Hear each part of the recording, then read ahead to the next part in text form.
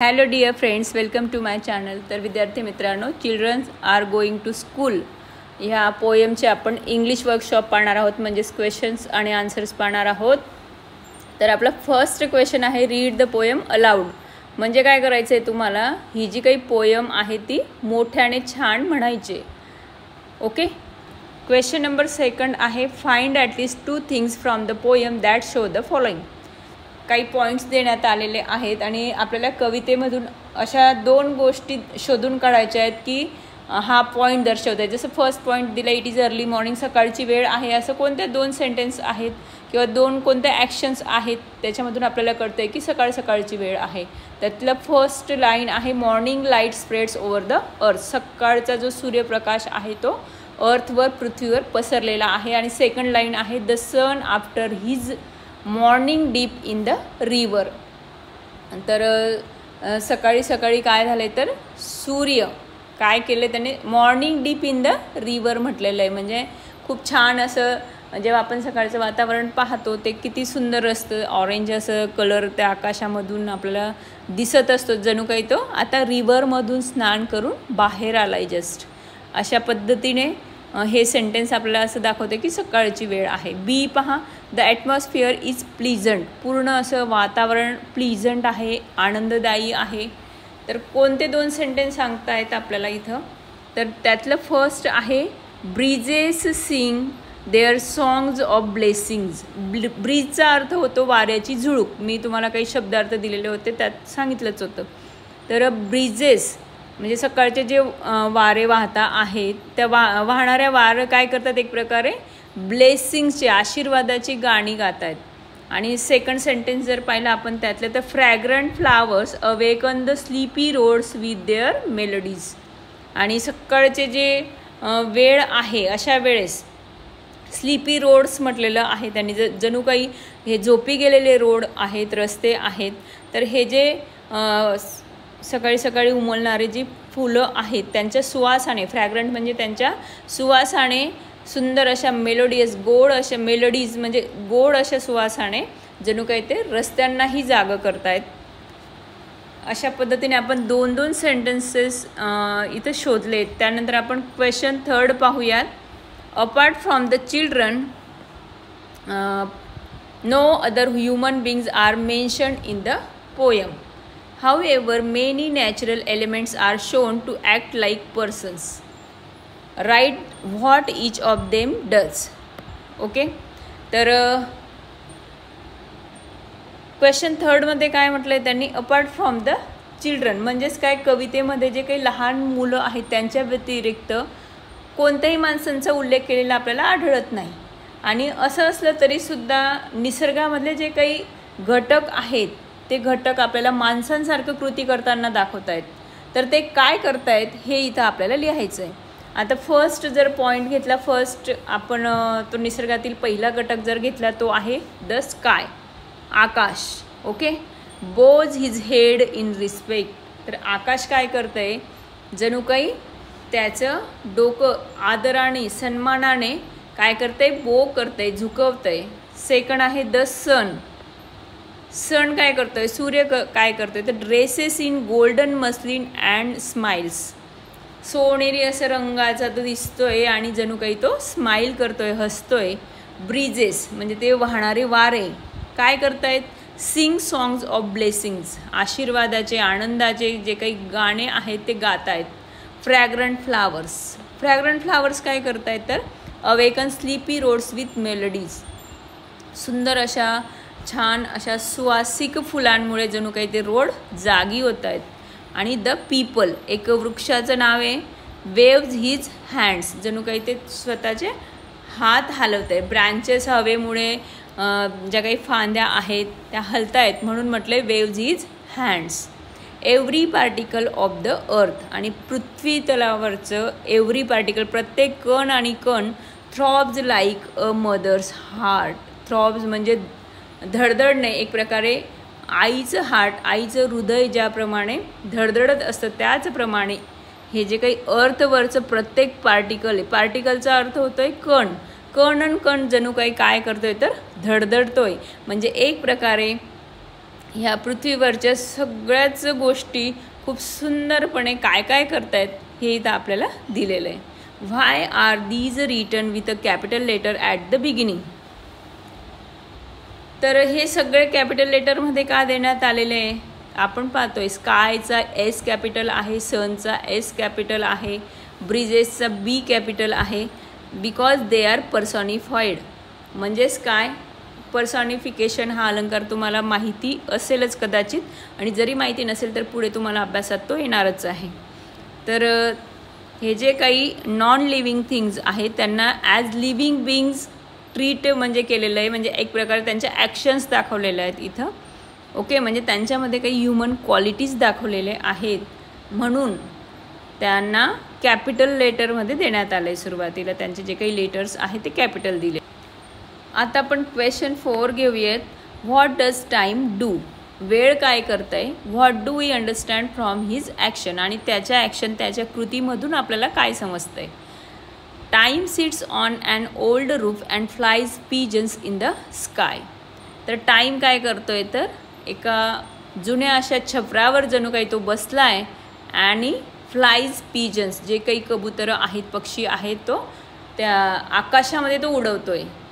आणि next point पहा. It shows the peaceful happy and lively atmosphere when children go to school.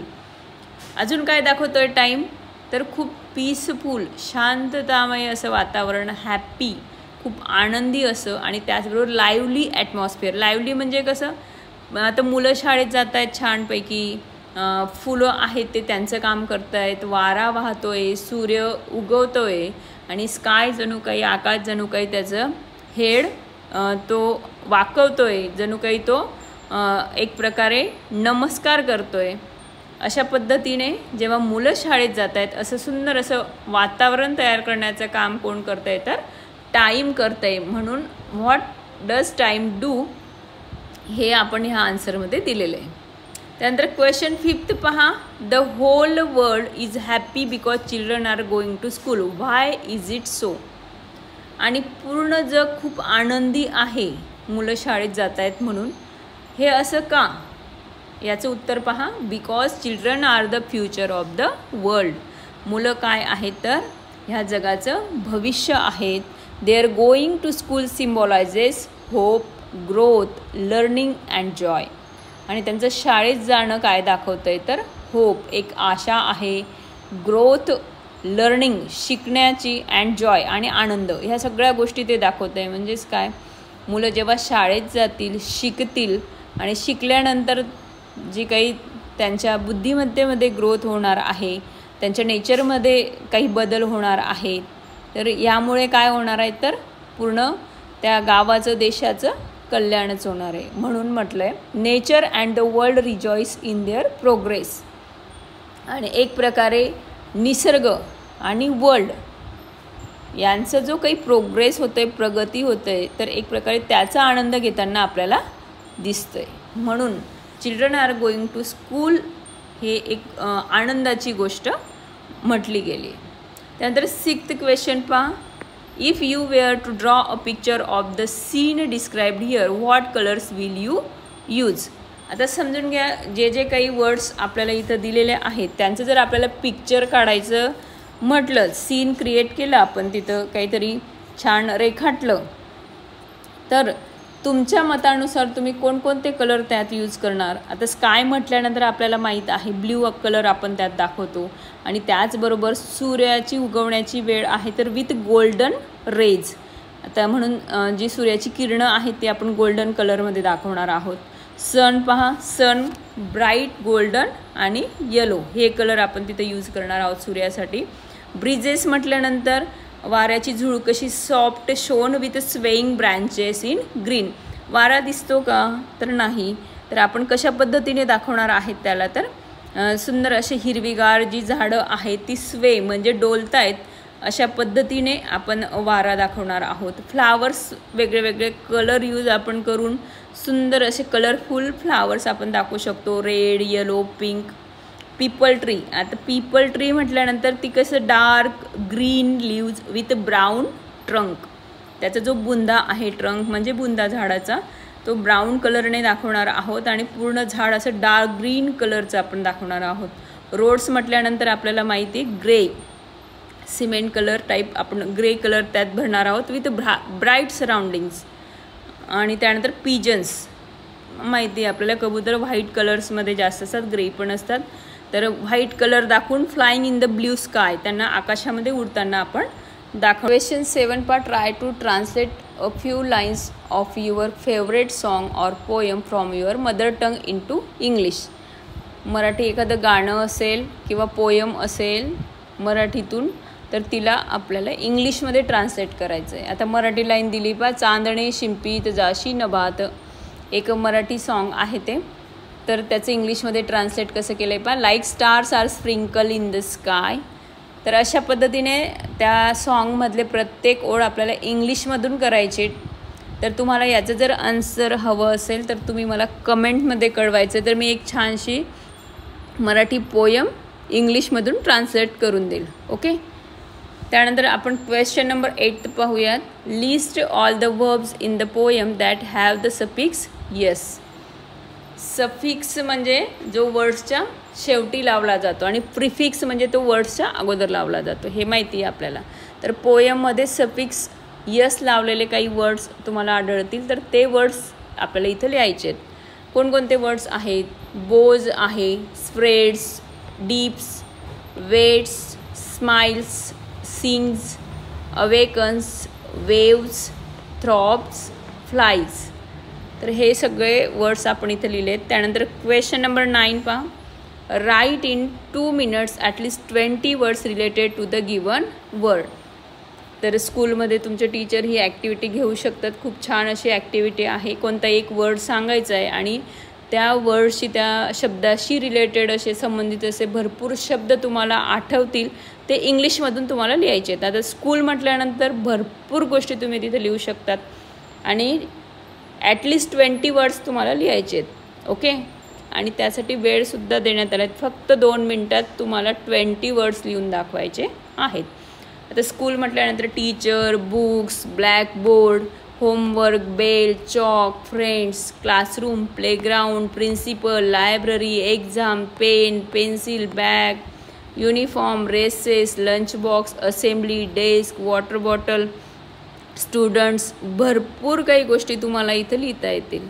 Okay, काही मी words दिलेले आहेत। Road म्हटल्यानंतर पहा, vehicle, traffic signal, zebra crossing, tar, cycle, rickshaw, bus, scooter, pedestrian, journey, turning, street light, footpath, bridge, milestone, highway, lane, speed breaker, direction, एवढे सारे words, एवढे सगळे words आपल्याला इथं आढळत आहेत। आणि ट्री, नेक्स्ट वर्ड पहा, ट्रीशी रिलेटेड तर भरपूर कलर वगैरे तुम्ही लिहू शकतात, leaves, trunk, branches, leaves, roots, shade देतं tree, fruit, flowers, bark, nest, wood, oxygen, seeds, greenery, creepers, forest, swing, birds, squirrels, shadow, sapling, एवढे सगळे वर्ड्स ट्रीशी रिलेटेड आपल्याला आढळून येत आहेत। ओके, तर विद्यार्थी मित्रांनो, आपण ह्या लेसनचे पूर्ण क्वेश्चन्स पाहिलेले आहेत, त्याचे आन्सर्स मी तुम्हाला दिलेले आहेत। तर या क्वेश्चन्स आणि आन्सर्सची तुम्हाला नक्कीच हेल्प होणार आहे। तर तुम्हाला माझी व्हिडिओ आवडली असेल तर नक्कीच व्हिडिओला लाईक करा, फ्रेंड्ससोबत ती शेअर करा आणि त्याचबरोबर कमेंटसुद्धा। Okay, thank you.